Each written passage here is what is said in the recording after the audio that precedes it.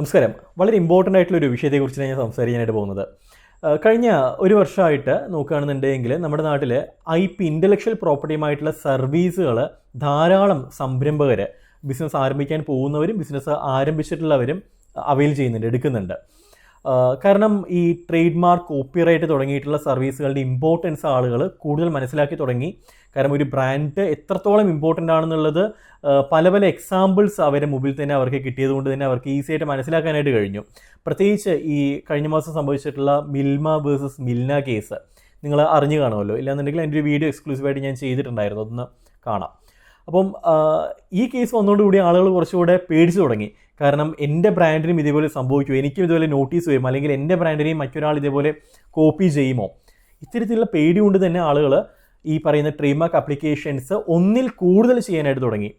അതായത് പണ്ട് ഈ പറയുന്ന പേരും ലോഗോവും ഒരുമിച്ച് ഒറ്റ ആപ്ലിക്കേഷനായിട്ട് കോമ്പോസിറ്റ് മാർക്കായിട്ട് ചെയ്തിരുന്ന ആൾക്കാർ ഇന്ന്, കാരണം എനിക്ക് അറിയാം, ഞാൻ കഴിഞ്ഞ വർഷം ഇത്തരത്തിൽ ഈ സെപ്പറേറ്റ് ആയിട്ട് ചെയ്യുന്നതാണ് നല്ലതെന്ന് പറഞ്ഞു കൊടുത്തപ്പോൾ ചിലവ് ചുരുക്കാനായിട്ട് രണ്ടും കൂടെ ഒരുമിച്ചിട്ട് അങ്ങ് അപ്ലൈ ചെയ്യാം എന്ന് പറഞ്ഞിട്ട് അപ്ലൈ ചെയ്തു. ഇന്ന് അവർ വീണ്ടും വന്നിട്ട് നമുക്കൊരു കാര്യം ചെയ്യാം, ഇതെല്ലാം സെപ്പറേറ്റ് ആയിട്ട് നമുക്ക് അപ്ലൈ ചെയ്യാം എന്ന് പറഞ്ഞിട്ട് പേര് വേറെ, ഈ ലോഗോ വേറെ സെപ്പറേറ്റ് ആയിട്ട് വേർഡ് മാർക്കും ഡിവൈസ് മാർക്കും ഒക്കെ ആയിട്ട് വീണ്ടും അപ്ലൈ ചെയ്യുന്ന അവസ്ഥയിലേക്ക് എത്തി. കാരണം ആളുകൾ അത്രത്തോളം ഇതിൻ്റെ ഇമ്പോർട്ടൻസ് മനസ്സിലാക്കി ആളുകൾക്കുള്ളിലൊരു ഭയം വന്നു. ഒരു കണക്കിന് നല്ലത് തന്നെയാണ്. കാരണം രണ്ടുണ്ട്. ഒന്ന്, ഇത്തരത്തിൽ പ്രൊട്ടക്റ്റ് ചെയ്യുന്ന സമയത്ത് അവർക്ക് തന്നെ അവരുടെ ബ്രാൻഡിനോടൊരു വാല്യൂ തോന്നും, അതൊരു അസറ്റ് ആണെന്നുള്ളൊരു തോന്നൽ വരും. രണ്ടാമത്, മറ്റുള്ള ആൾക്കാർ കോപ്പി അടിക്കില്ല എന്നുള്ള ഉറപ്പോടുകൂടി ധൈര്യമായിട്ട് അവർക്ക് മുന്നോട്ട് പോകാനായിട്ട് കഴിയും. ഇവിടെ നമ്മൾ മനസ്സിലാക്കേണ്ട ഒരു പ്രധാനപ്പെട്ട കാര്യമാണ്, ഒരു ടെർമിനോളജിയാണ് ട്രേഡ് ഡ്രസ്സ്. ട്രേഡ് ഡ്രസ്സ് എന്താണ് ട്രേഡ് ഡ്രസ്സ് എന്നുള്ളത് വളരെ സിമ്പിളായിട്ട് ഞാൻ പറഞ്ഞുതരാം. ഒന്ന്, യേശുദാസിനെ മനസ്സിൽ കാണുക. യേശുദാസ് നിങ്ങളുടെ മനസ്സിലേക്ക് വന്നിട്ടുള്ളത് എന്താണ്? വൈറ്റ് ആൻഡ് വൈറ്റ് ആയിട്ടുള്ള വൈറ്റ് ജുബയും വൈറ്റ് മുണ്ടും എടുത്തിട്ടുള്ള വൈറ്റ് ഷൂസും വൈറ്റ് വാച്ചും ആൻഡ് ആൾസോ വെള്ളത്തടി അല്ലെങ്കിൽ കറുത്ത താടിയുള്ള കയ്യിൽ മൈക്ക് പിടിച്ച് നിൽക്കുന്ന ഒരു രൂപം അല്ലേ? പക്ഷേ ഈ ലോകത്ത് എത്ര യേശുദാസ്മാരുണ്ട്? പക്ഷേ ഞാൻ യേശുദാസ് എന്ന് പറയുന്ന സമയത്ത് നിങ്ങൾ ഓർത്തത് ഈ ഡോക്ടർ KJ യേശുദാസ് ഗാനഗന്ധർവനെയാണ് നിങ്ങൾ ഓർത്തിട്ടുള്ളത്. എന്തുകൊണ്ടാണ് യേശുദാസ് എന്ന് പറഞ്ഞ സമയത്ത് നിങ്ങൾ ഈ വൈറ്റ് ആൻഡ് വൈറ്റും ഈ താടിയൊക്കെ നിങ്ങളുടെ മനസ്സിലേക്ക് വന്നത്? കാരണം അതാണ് അദ്ദേഹത്തിൻ്റെ ട്രേഡ് ഡ്രസ്സ്. ഈ എക്സ്റ്റേണൽ അപ്പിയറൻസ് വെച്ചിട്ടാണ് അദ്ദേഹം എപ്പോഴും എല്ലാവരും മുമ്പിലും പ്രത്യക്ഷപ്പെടുന്നത്. അത് നമ്മുടെ മനസ്സിൽ പതിഞ്ഞു പോയി. സോ യേശുദാസ് എന്ന് വെച്ച് കഴിഞ്ഞാൽ ഇന്ന് ആരും കണ്ണും പൂട്ടി അവർ പറയും ഈ രൂപമാണെന്നുള്ളത്, റൈറ്റ്? ഇതേപോലെ തന്നെയാണ് ഓരോ ബ്രാൻഡിനും ഒരു എക്സ്റ്റേണൽ അപ്പിയറൻസ് ഉണ്ട്, റൈറ്റ്? യേശുദാസിനെ മറ്റൊരാൾക്ക് കോപ്പി ചെയ്യാനായിട്ട് ആ രൂപത്തെ, ഒരു മനുഷ്യൻ അതേപോലെ മറ്റൊരു വ്യക്തി അല്ലെങ്കിൽ അതിനൊരു അപരം ഉണ്ടാകുക എന്ന് പറയുന്നത് പോസിബിൾ അല്ല. എന്തെങ്കിലുമൊക്കെ ചെറിയ ന്യൂനതകൾ അവിടെ ഇവിടെയൊക്കെ ഉണ്ടാവും. യേശുദാസിൻ്റെ ശബ്ദം ഏകദേശമൊക്കെ വെച്ച് പാടുന്ന ആൾക്കാരുണ്ടെങ്കിലും യേശുദാസിൻ്റെ ആ ഒരു സ്വരമാധുരിയിൽ പാടുന്ന ആൾക്കാർ അതേപോലെ കോപ്പി അടിച്ച് ചെയ്യുന്ന ആൾക്കാർ ഉണ്ടാവത്തില്ല. അപ്പം ഒരു വ്യക്തിയെ കോപ്പി അടിക്കാൻ കഴിയത്തില്ല, പക്ഷേ ഒരു ബ്രാൻഡിനെ കോപ്പി അടിക്കാനായിട്ട് കഴിയും. നിങ്ങളൊരു ബ്രാൻഡ് ഇറക്കിയെന്ന് വിചാരിക്കുക.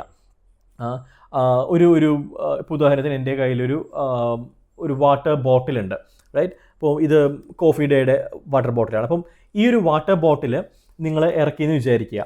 നാളെ ഇതേപോലെ മറ്റൊരു വ്യക്തിക്ക് ഇറക്കാൻ വല്ല പാടുണ്ടോ? ഒരു പാടുമില്ല, അല്ലേ? വേറെ മൂന്നാമതൊരു വ്യക്തിക്ക് ഇതേപോലെ ഇറക്കാലോ? ഒരു പ്രശ്നമില്ല, അവർക്ക് ഇറക്കാനായിട്ട് കഴിയും. പക്ഷേ ഈ ഇറക്കുന്നതിനെ നമ്മൾ സ്റ്റോപ്പ് ചെയ്യണമെന്നുണ്ടെങ്കിൽ വെറുതെ പേരും ലോഗോവും മാത്രം അപ്ലൈ ചെയ്തിട്ട് കാര്യമില്ല. അവിടെ ട്രേഡ് ഡ്രസ്സ് കൂടി നമ്മൾ പ്രൊട്ടക്റ്റ് ചെയ്യേണ്ടതുണ്ട്.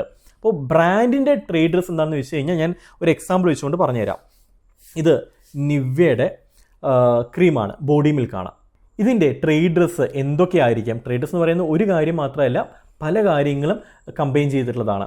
ഒന്ന്, നിവ്യ എന്ന് പറയുന്ന പേര്, ആ ഫോണ്ട്, ആ വട്ടത്തിലുള്ള ലോഗോ, അല്ലേ? ഇതിൻ്റെ ആ ഒരു സ്റ്റിക്കർ, ആ സ്റ്റിക്കറിനകത്തുള്ള ഈ ഡ്രോപ്ലെറ്റിൻ്റെ ആ ഒരു ഷേപ്പ്, റൈറ്റ്?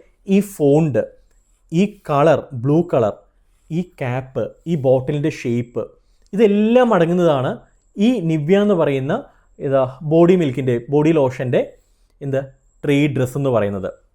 അപ്പം എല്ലാ പ്രൊഡക്റ്റുകൾക്കും ഇത്തരത്തിലൊരു ട്രേഡ് ഡ്രസ്സ് ഉണ്ടാകും. ഉജാലയുടെ ട്രേഡ് ഡ്രസ്സ് എന്താണ്? ഏകദേശം ഇതേപോലെയുള്ള ഒരു കളറാണ്. ആൻഡ് ആൾസോ അതിൻ്റെ ബോട്ടിലെ ഷേപ്പ് ഉണ്ട്.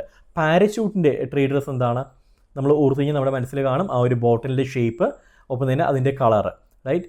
മാഗിയുടെ ട്രേഡ് ഡ്രസ്സ് എന്താണ്? ആ മഞ്ഞ കളർ പാക്കറ്റ്, പിന്നെ ആ ഒരു ഡിസൈൻ. ഇതാണ് ട്രേഡ് ഡ്രസ്സ് എന്ന് വെച്ച് കഴിഞ്ഞാൽ. അപ്പം ഈ ട്രേഡ് ഡ്രസ്സ് നമുക്ക് പ്രൊട്ടക്ട് ചെയ്യാനായിട്ട് കഴിയും. ഇപ്പോൾ ഒരു പ്രോഡക്റ്റിനെ സംബന്ധിച്ചിടത്തോളം ഞാൻ ഈ പറഞ്ഞ കാര്യങ്ങളൊക്കെയാണ് ട്രേഡ് ഡ്രസ്സ്. നമുക്ക് ഷേപ്പ് പ്രൊട്ടക്ട് ചെയ്യാൻ കഴിയും, ഒപ്പം തന്നെ ഇതിൻ്റെ സ്റ്റിക്കറിൻ്റെ അകത്തുള്ള ഡിസൈൻ പ്രൊട്ടക്ട് ചെയ്യാനായിട്ട് കഴിയും, ഈ കളർ നമുക്ക് പ്രൊട്ടക്ട് ചെയ്യാനായിട്ട് കഴിയും, ഈ ലോഗോ നമുക്ക് പ്രൊട്ടക്ട് ചെയ്യാൻ കഴിയും, അതിനകത്തുള്ള പേര് നമുക്ക് പ്രൊട്ടക്ട് ചെയ്യാനായിട്ട് കഴിയും. ഇത്തരത്തിൽ എക്സ്റ്റേണലി കാണുന്ന എല്ലാ കാര്യങ്ങളും നമുക്ക് പ്രൊട്ടക്ട് ചെയ്യാനായിട്ട് സാധിക്കും. ഇനി സർവീസ് ആണെന്ന് വിചാരിക്കുക. സർവീസ് എന്ന് പറയുന്ന സമയത്ത് ഇപ്പം ഒരു റെസ്റ്റോറൻ്റ് ആണെന്ന് വിചാരിക്കുക, അല്ലെങ്കിൽ ഒരു കഫേ ആണെന്ന് വിചാരിക്കുക. ഓക്കെ, ഒരു KFC പോലെയുള്ള, മെഗ്ഡി പോലെയുള്ള കഫേ, കോഫിയുടെയോ സ്റ്റാർബക്സ് പോലെയുള്ള ഒരു കഫേ.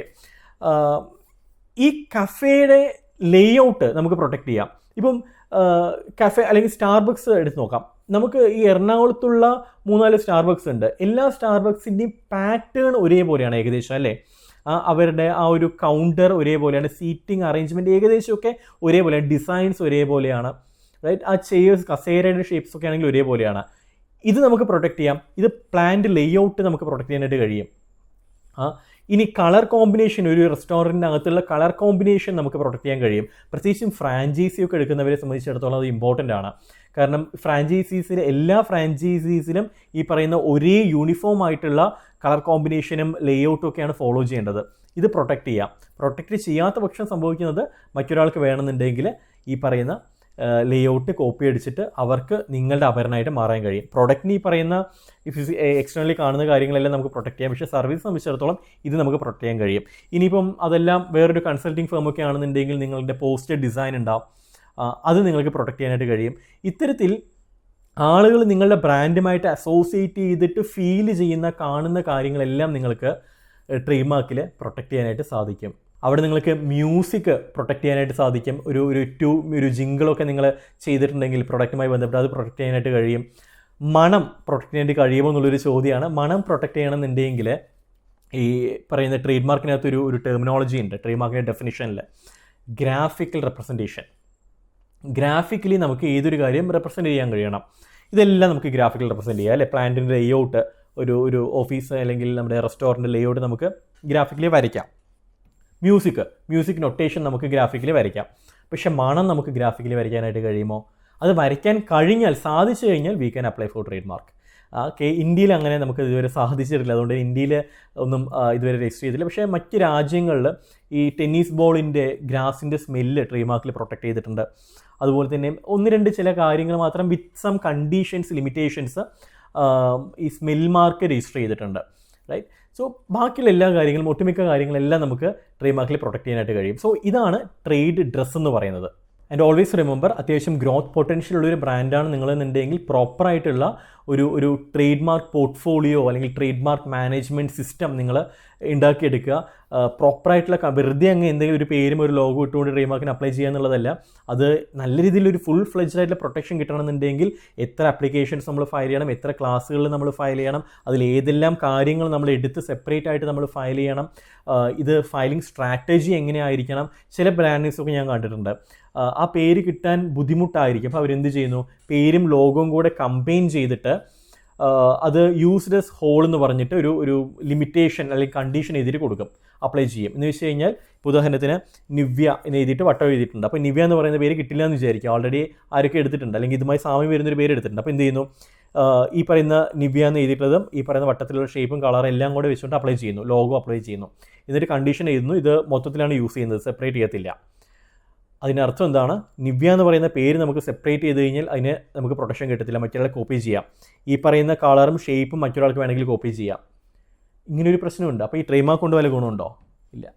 ചില സാഹചര്യങ്ങളൊക്കെ അത് എനിക്കും ധാരാളം അങ്ങനെ എടുത്തു കൊടുക്കേണ്ടതായിട്ട് വന്നിട്ടുണ്ട്. കാരണം ക്ലയൻസ് അവർക്കത് അങ്ങനെ മതി, അവർക്ക് എന്തെങ്കിലുമൊക്കെ അങ്ങനെ പ്രൊട്ടക്ട് ചെയ്താൽ മതി, എവിടെയെങ്കിലുമൊക്കെ ഒരു TM എന്നോ R എന്നൊക്കെ ആഡ് ചെയ്യണം, അത്രയേ ഉള്ളൂ.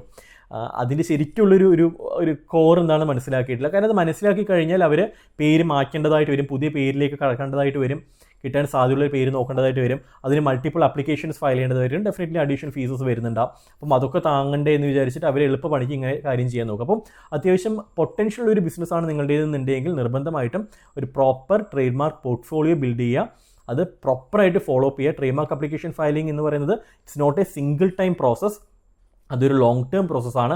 6 മുതൽ 18 മാസം വരെയാണ് നമുക്ക് നോർമൽ കേസിൽ രജിസ്ട്രേഷൻ കിട്ടാനായിട്ടുള്ള സമയം എടുക്കുന്നത്. ഒബ്ജക്ഷൻസ് ഒപ്പോസിഷനൊക്കെ വന്നതിൽ വീണ്ടും സമയം നീണ്ടു പോകുന്നുണ്ടാകും. അപ്പം ഇത് പ്രോപ്പറായിട്ട് മോണിറ്റർ ചെയ്യണം, കൃത്യമായിട്ടുള്ള മറുപടി നമ്മൾ ഈ പറയുന്ന ഒബ്ജക്ഷൻ വന്നാൽ കൊടുക്കണം, ഒപ്പോസിഷൻ വന്നു കഴിഞ്ഞാൽ നമ്മൾ കൊടുക്കണം. ആരെങ്കിലും നമുക്ക് എഗെയിൻസ്റ്റ് ആയിട്ട് മൂവ് ചെയ്ത് മീൻസ് നമ്മളുടെ കോപ്പി ചെയ്തിട്ട് മറ്റൊരു ബ്രാൻഡ് വന്ന് നമ്മൾ അവർക്ക് എഗെയിൻസ്റ്റ് ആയിട്ട് ഒപ്പോസിഷൻ ഫയൽ ചെയ്യണം. ഇതിനെല്ലാം പ്രോപ്പറായിട്ടുള്ളൊരു മോണിറ്ററിംഗ് സിസ്റ്റം നമുക്ക് ആവശ്യമാണ്. സോ അതുകൊണ്ട് തന്നെ വളരെ കെയർഫുൾ ആയിട്ട് വേണം നിങ്ങൾ ഈ പറയുന്ന ട്രേഡ് മാർക്ക് ആപ്ലിക്കേഷൻ ഫയൽ ചെയ്യാനായിട്ട്. റൈറ്റ്, നമ്മൾ ട്രേഡ് മാർക്ക് ആപ്ലിക്കേഷൻ ധാരാളം നമ്മൾ ഫയൽ ചെയ്തിട്ടുണ്ട്. ആൻഡ് നമ്മൾ we are one of the experts in this field. So definitely നിങ്ങൾക്ക് ഇതുമായി ബന്ധപ്പെട്ട കൺസൾട്ടേഷൻസ് വേണമെന്നുണ്ടെങ്കിൽ നമ്മളെ കണക്ട് ചെയ്യാവുന്നതാണ്. മറ്റൊരു വിഷയമായിട്ട് കാണുമ്പോൾ സൈനിങ് ഓഫ്. Good bye.